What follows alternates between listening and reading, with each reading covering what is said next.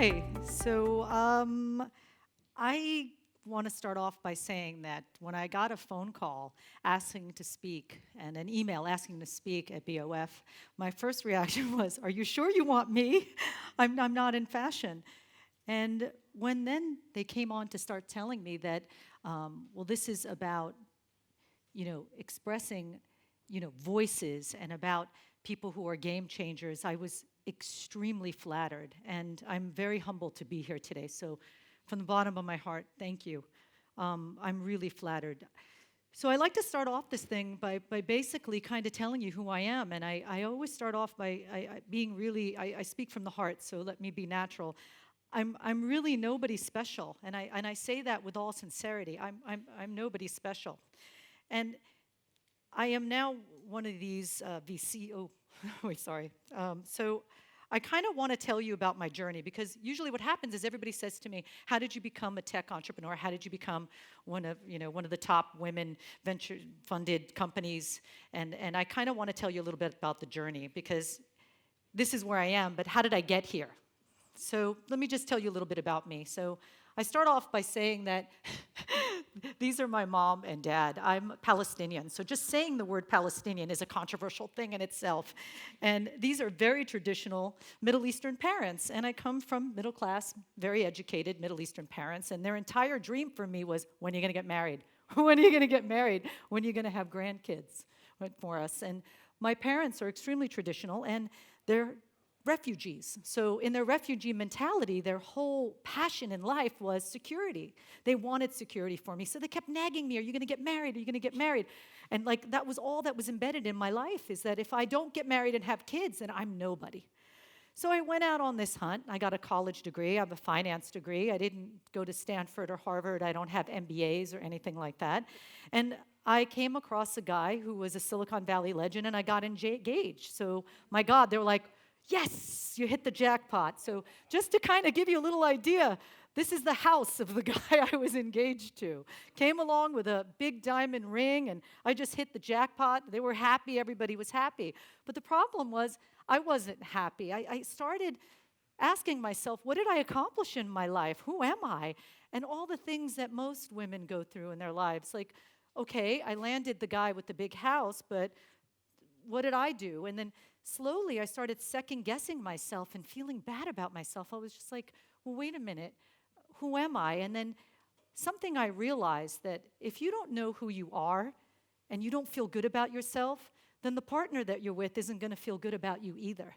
So I started feeling insecure, and then I didn't think I was that great. And then he started beginning to think that I wasn't that great either, and it wasn't his fault, it was mine, because I really had no idea who I was. Well, you can imagine when we winded up breaking up, and that was the end of the love story and the big house. I'm from Silicon Valley, California, and that is in Silicon Valley, California. So just to tell you a little bit, after my journey with that, I went through an amazing amount of depression. And I think everybody in this room can kind of understand what it feels like to just look at yourself and just say, who am I? What am I doing in the world? What value do I have? Where am I going? And that's what drove me to an insane amount of depression. And the depression that I went through was pretty substantial. I didn't leave my room, had suicidal thoughts, cried. And then there was one morning that I woke up and I just said to myself, are you going to live, Joy, or are you going to die? And it was a big breaking point, and I say this with all my heart. And I looked in the mirror and I said, no, you're going to live. And you're going to do what you feel passionate about. And what I was passionate about at the time was fashion. So funny enough, brings me back to BOF. I decided that I wanted to do an e-commerce platform of undiscovered brands because that was kind of who I was. I was the undiscovered person, and it spoke to me. So I built a company called Bonfire, and that's a picture of Bonfire in Times Square. So Bonfire was an e-commerce platform for undiscovered brands, and it totally drove me, and I loved it.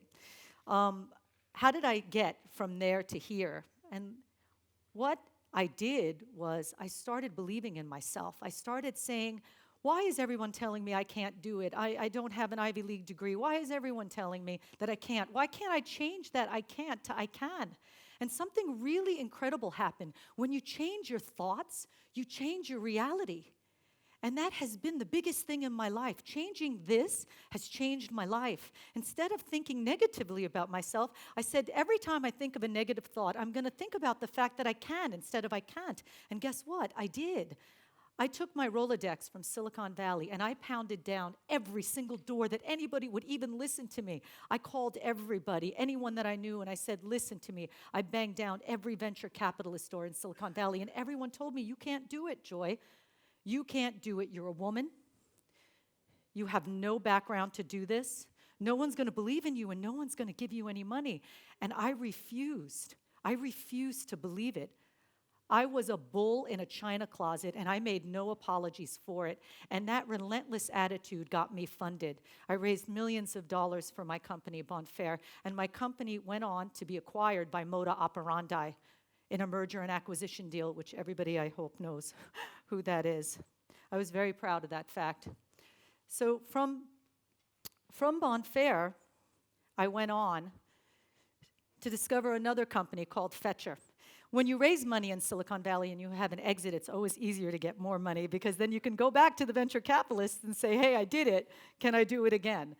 And I did. So I raised millions of dollars for Fetchr. Fetchr is an e-commerce platform that is this huge company, if I can say that with humility. We're in 6 countries in the Middle East, and we're basically the equivalent of a DHL with 6,000 employees. Saudi Arabia, Kuwait, we cover the whole region of the Middle East. So thank you. Thank you, guys. So Fetchr is up and running. We specialize in e-commerce, and we're solving a problem of no addresses in the Middle East because half the world has no addresses. And e-commerce is booming, and that's what we do. We reach the e-commerce customers, and we're going to Africa and expanding. So here's a picture of me in Saudi Arabia in my abaya, surrounded by 300 men in one of my 32 warehouses in Saudi. And I have to tell you, when I walked into this door, the guy at the door looked at me and he said, you got guts being here, because men and women are not allowed to be in this room. And I stood there in my Darth Vader outfit, as I call it. I look like Darth Vader. Fetchr, I am your father. I remember. and I just felt so inspired that here I am and I did it. So, a little bit about Fetchr, so my greatest accomplishment is being on the cover of Forbes magazine as #1 startup in the Middle East, and we are on our way to raise another $100 million and to be $1 billion company, which I'm very proud to say that I have done as a woman. And the #1 thing that I get asked all the time is, do you feel any discrimination being a woman? And I usually do the politically correct answer, but today I'm going to not do the politically correct answer and tell you that being a woman in tech has been the hardest thing I have ever done in my entire life.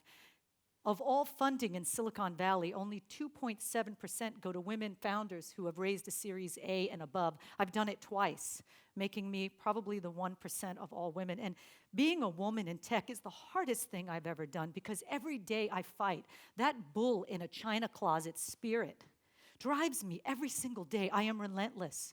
I am unyielding. But the one thing that got me here is that I realized in this world of Instagram where everybody's so worried about what everybody thinks of everybody else, how many likes you get on Facebook, how many likes you get on Instagram, I adopted a really great saying, which is, nobody can make you feel inferior without your consent. And that was Eleanor Roosevelt who said that. So I go in and I do things based on one fact. I don't care what anyone thinks. And when you reach a position where you don't care what anyone thinks, you have a power that's frightening. It's frightening. That's power when you don't care what anyone thinks. And that's where I am. I bang on doors, and if you slam the door in my face, you know what I say? I say, great, I'll see you tomorrow. I've gamified no. I've gamified it. I actually get excited when I hear the word no, because I'm like, yes, it's a game. I'm going to make it a yes. And I have no shame. I literally go back 40 times to the point where they look at me and they'll be like, seriously, do you have any shame? And no, but that's the answer. And being a woman has been the hardest thing for me, being challenging every single day. Because you know what? My personality is a bull in a china closet, and I don't want to apologize for that. It's what got me here. But yet, when I'm surrounded by men, and I'm a woman who has a very strong personality, I'm called a bitch. I'm called aggressive. I'm called disruptive. I'm called a problem maker. I'm called difficult. While men are called powerful, while men are called visionaries, while men are called masculine and driven and leaders, I'm called a difficult bitch. And it's the double bind that frustrates the hell out of me every single day because everybody, I never thought that it would happen to me, but it's true, it does. It exists. And if I never thought, being a strong woman that I am, that it does exist, but yes, it does exist. Me Too is real, and the double bind of being an aggressive woman where you're judged for it, it's real. But I fight it every single day, and I continue to fight it. And the one message I want to leave with everybody out here, all these women, is guys, my lesson in life is that I finally got to a point where I believed in myself. And that's the answer. Don't care what anyone thinks. Worry about what you think of you, because that's the only thing that matters. So thank you.